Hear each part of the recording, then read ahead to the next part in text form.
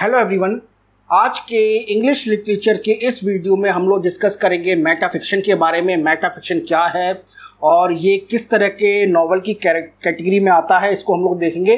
तो अगर अभी तक आपने यूट्यूब चैनल को सब्सक्राइब नहीं किया है, subscribe this channel, like this video and share this video. तो आइए आज की इस वीडियो को स्टार्ट करते हैं। और स्टार्ट करने से पहले जो कैंडिडेट्स इस वीडियो को देख सकते हैं, जो अपने एग्ज़ाम्स की प्रिपरेशन कर रहे हैं, तो भाई उनको मैं एक इंफॉर्मेशन देता हूं कि भाई जो भी कैंडिडेट्स ऐसे हैं जो कि UGC NET exam, SET exam, SLATE exam, GATE exam, TGT, PGT या फिर KVS, DSSB, EMRS, NVS, state level English teacher, assistant professor या फिर अपने बीए और एमए एग्ज़ाम्स की प्रिपरेशन कर रहे हैं, वो सारे कैंडिडेट्स इस वीडियो को देख सकते हैं और इस वीडियो को आप एंड तक देखिएगा। तो आज के इस वीडियो में हम लोग जिन टॉपिक पर डिस्कशन करेंगे वो हैं what is metafiction, what is the origin of metafiction, what are the important characteristic of metafiction, what is the purpose of metafiction, what are the important elements of metafiction, what are the types of metafiction and what are the examples of metafiction. तो सारे इन important questions पे हम लोग जो हैं आज discussion करेंगे। तो सबसे पहले हमारे पास क्वेश्चन आता है व्हाट इज मेटाफिक्शन। मेटाफिक्शन क्या है और क्या इसका मतलब है। तो मेटा दो वर्ड से बना है, मेटाफिक्शन। तो मेटा का मतलब होता है अबाउट। तो एक ऐसा फिक्शन जो कि फिक्शन के बारे में है या फिर एक ऐसा नॉवल जो कि नॉवल के बारे में है, तो इसका मतलब ये होता है। तो मेटाफिक्शन जो है एक तरह का सेल्फ कॉन्शियस लिटरेरी स्टाइल है जो कि लैंग्वेज या फिर लिटरेरी फॉर्म या फिर स्टोरी टेलिंग का एक मेथड है, माध्यम है। तो जिसके हेल्प से, यानी एक ऐसा लिटरेरी स्टाइल लैंग्वेज के बारे में या फिर लिटरेरी फॉर्म के बारे में, स्टोरी टेलिंग के बारे में, जिसको हम लोग जो है अपने नॉवल के अंदर यूज करते हैं, ये उसे कहते हैं। तो मेटाफिक्शन एक तरह का ऐसा स्टाइल ऑफ प्रोस नैरेटिव है जिसका मेन पर्पस ये होता है कि किस तरह से कोई पर्टिकुलर फिक्शन जो है उसे कंपोज किया गया है, उस पूरे फिक्शन कंपोजिशन की पूरी स्टोरी जो है हमें मेटाफिक्शन में देखने को मिलती है। So it's a style of prose narrative in which the main attention is directed to the process of how the fiction is going on and how the fictive composition has been written. तो ये जो है हमें देखने को मिलता है। तो एक ऐसा नॉवल जो कि नॉवलिस्ट की स्टोरी के बारे में है, जिसमें मेन हमारे जो कैरेक्टर्स होते हैं, नैरेटर्स होते हैं, उनको ये पता होता है they are the part of a work of fiction. So the narrator और the characters are aware that they are a part of a work of fiction. तो एक ऐसा नॉवल जिसके अंदर नॉवलिस्ट, कैरेक्टर,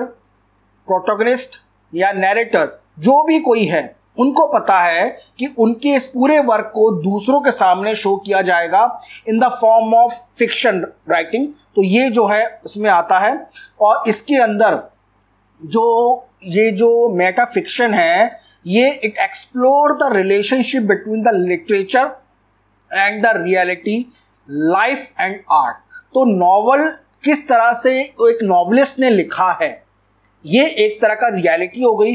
उस रियलिटी को दूसरे लोगों तक पहुंचाने को ही हम लोग जो है मेटाफिक्शन के अंदर रखते हैं। और यहाँ पर मेटाफिक्शन जो है लिटरेचर और रियलिटी में, लाइफ एंड आर्ट में एक तरह से रिलेशनशिप को स्टैब्लिश करता है। अब इस तरह का जो मेटाफिक्शन वर्क है खास तौर से अब जो है नॉवेल्स में, शॉर्ट स्टोरीज में और प्लेस के अंदर देखने को मिलता है। और यहाँ पर एक तरह का पैरोडी होता है ये, यानी metafiction is a form of parody और a tool to undermine the literary convention. यानी एक ऐसा मान के चलिए कि एक नॉवलिस्ट है, वो नॉवल लिख रहा है। अब उसी की जर्नी को अगर कोई पर्सन दूसरा वीडियो के फॉर्म में कंपोज कर दे कि उसने किस तरह से नॉवल लिखा है, उसकी पूरी स्टोरी को एक कैमरा के सामने शो कर दे या फिर उनके वर्क को अपने ही वर्क के अंदर शो कर दे, तो पूरी स्टोरी जो है हम लोग मेटाफिक्शन के अंदर रखते हैं। फॉर एग्जाम्पल एक अ novel about novelist writing a novel, यानी एक नॉवल, ऐसा नॉवल जो कि नॉवलिस्ट किस तरह से उसने नॉवल लिखा है उसके बारे में नॉवल जो है ये मेटाफिक्शन का पार्ट है। या फिर protagonist change the names of the creator and each book having the same title, यानी जो मेन कैरेक्टर है या मेन प्रोटोगनिस्ट है वो जो है क्रिएटर है, यानी वो खुद जो है नॉवलिस्ट है, और उसकी जो बुक है यानी जिसके ऊपर वो काम कर रहा है नॉवल के अंदर, उसका जो टाइटल है वही जो हम लोगों के सामने जो नॉवल प्रेजेंट किया गया है वो सेम टाइटल है, यानी बोथ द मेन क्रिएटर और द मेन नॉवलिस्ट और द बुक का जो नाम है वो सेम जो है नेम है। तो इस तरह के नॉवेल्स को हम लोग जो है मेटाफिक्शन कहते हैं। अब बात आती है what is the origin of metafiction, metafiction का क्या ओरिजिन है। तो ये जो टर्म है मेटाफिक्शन इसे 1970 में कॉइन किया था बाय विलियम एच गॉस ने अपनी बुक के अंदर fiction and the figures of life. तो ये इस तरह का जो मेटाफिक्शन वर्क है ये कुछ साल से ही कंटिन्यू है, यानी करीबन मान के चलिए 50 साल से। उससे पहले जो है इस तरह के वर्क को लोग देखते भी नहीं थे, उनको पता भी नहीं था कि कुछ इस तरह का मेटाफिक्शन भी होता है या कुछ इस तरह का भी टाइप ऑफ नॉवल होता है। तो metafiction work visible before the 20th century, यानी स्टिल मतलब स्टिल जो है मतलब ये है 20th सेंचुरी से पहले भी स्टार्ट है, बट कुछ ऐसे भी कैरेक्टर हैं यानी कुछ ऐसे भी एग्जाम्पल्स हैं जैसे मैं अभी नाम आपको बताऊंगा। तो 20th सेंचुरी में तो खास तौर से देखने को मिलते ही है पिछले 50 साल के अंदर, बट उससे पहले भी जो है मेटाफिक्शन के वर्क हुए हैं, जिसमें मेन एग्जाम्पल है the Canterbury tales by the Geoffrey Chaucer जिसे 1387 में लिखा था, Don Quixote by the Miguel de Cervantes जो कि 1605 में लिखा गया था, जो कि बहुत फेमस नॉवल हुआ है उस अपने समय का।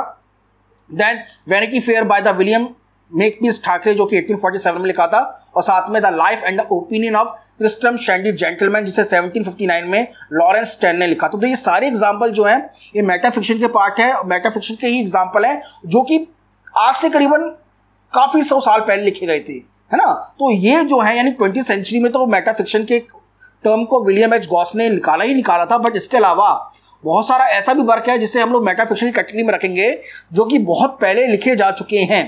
तो ये जो है मेटाफिक्शन का ओरिजिन है।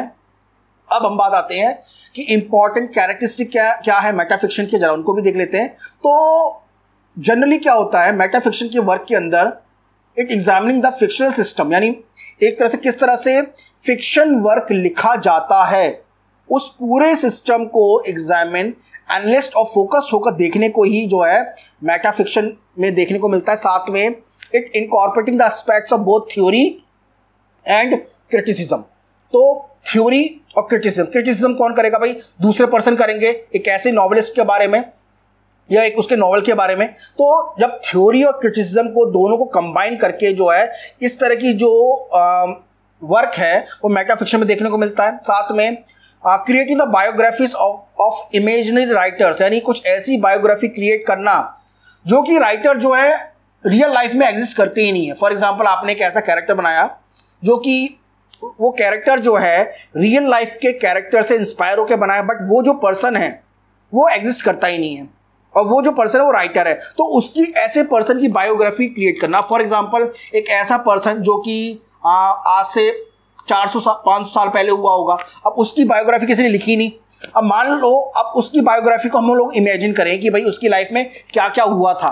तो इस तरह के वर्क को हम लोग जो हैं मेटाफिक्शन में रखते हैं। साथ में presenting and discussing the fictional work of imaginary character, एक ऐसा इमेजिनरी कैरेक्टर अगेन जो कि रियल में नहीं है, तो उसको प्रेजेंट करना, उसके वर्क को, उसके फिक्शनल वर्क को डिस्कस करना अपने नॉवल के बारे में, वो भी मेटाफिक्शन का पार्ट है।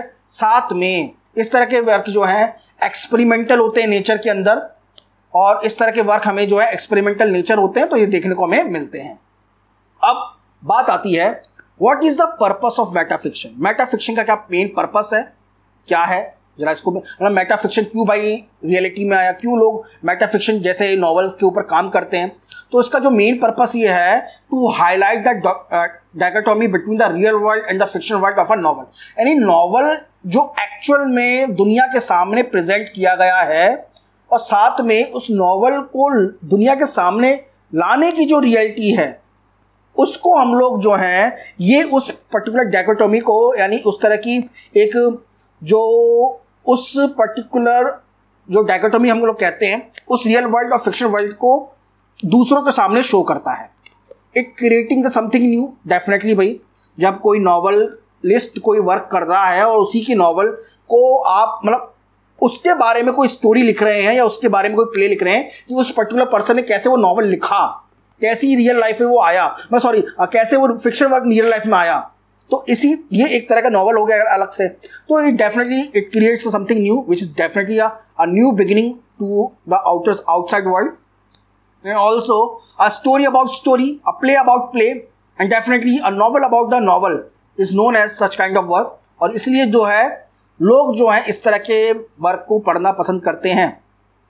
Now it breaks the realism, naturalism, the illusion of the story, यानी कुल मिलाकर जो रियलिज्म को ब्रेक करना, नेचुरलिज्म को, और जो स्टोरी की जो इल्यूजन है जो दूसरे के लोगों को तक पहुंची है, बट उसकी जो रियलिटी है जब लोगों के सामने वो आती है ना, तब समझ में आता कि भाई वाकई में वो वर्क किस तरह से प्रोड्यूस हुआ और वर्क को प्रोड्यूस करने के लिए जो है किस तरह का स्ट्रगल करना पड़ता है। इस तरह का जो एक तरह की जो इंस्पायर स्टोरी है लोगों तक लेके आना। And also it show the magic of the story transits its own destruction. And कुल मिलाकर दुनिया के सामने ऐसी स्टोरी को लेके आना, उसके मैजिकल स्टोरी को लेके आना जो अपने आप में किस तरह से मतलब उसे ब्रेक कर करके, ये जो है मेटाफिक्शन का पार्ट है। तो स्टूडेंट्स काफ़ी सारे कोर्सेज जो है हमारे द्वारा प्रोवाइड किए जाते हैं इंग्लिश लिटरेचर में, जिसमें यूजीसी नेट के एग्जाम के course, set exam, TGT, PGT, जिसमें केवीएस, डीएसएसबी, ईएमआरएस, एनवीएस, या फिर आपके असिस्टेंट प्रोफेसर के और आपके पीएचडी एंट्रेंस एग्जाम के कोर्स अवेलेबल हैं। तो इन कोर्सेज के लिए आप हमारे व्हाट्सएप नंबर पे हमें कांटेक्ट कर सकते हैं। हमारा व्हाट्सएप नंबर जो है आपके स्क्रीन पे अवेलेबल है। और अगर अभी तक आपने यूट्यूब चैनल को सब्सक्राइब नहीं किया है, subscribe this channel, like this video and share this video. Next हमारा क्वेश्चन है, what are the important elements of metafiction. भाई मेटाफिक्शन के जो इंपॉर्टेंट एलिमेंट्स हैं वो क्या है, जरा उनको भी देख लेते हैं। तो जो मेन इंपॉर्टेंट एलिमेंट्स है इसका, self conscious narrative. Self conscious narrative का मतलब ये है जो मेन हमारा नॉवलिस्ट है उसको पता है ही और she is the part of the novel, उनको तो जब ये सेल्फ कॉन्शियस नैरेटिव किस तरह से प्रेजेंट किया जाता है लोगों के सामने, इसको हम लोग शो करते हैं। साथ में कॉन्शियस फिक्शन है। कॉन्शियस फिक्शन का मतलब ये हो गया, तो एक तो फिक्शन ये होता है कि उसमें जो भी कैरेक्टर हैं, मेन कैरेक्टर्स हैं, जितने भी कैरेक्टर हैं, जो भी कोई रोल कर रहे हैं, तो उनको पता है they are the part of fiction. तो एक पर्टिकुलर जो कॉन्शियसनेस है वो जो डायरेक्ट लोगों तक अपनी बातों को पहुंचा सकते हैं, तो उसमें जो नैरेटिव स्टाइल होता है वो डायरेक्ट जो है पीपल तक होता है।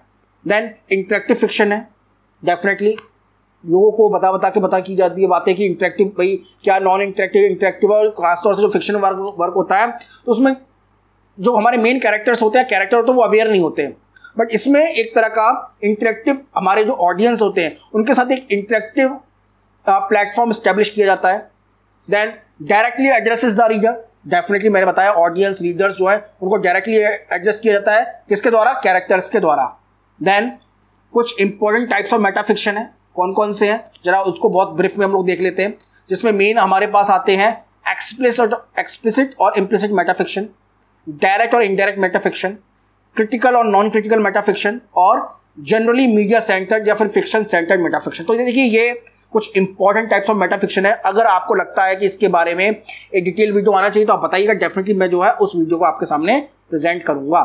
अब कुछ एग्जाम्पल देख लेते हैं हम लोग मेटाफिक्शन के, what are the important examples of metafiction.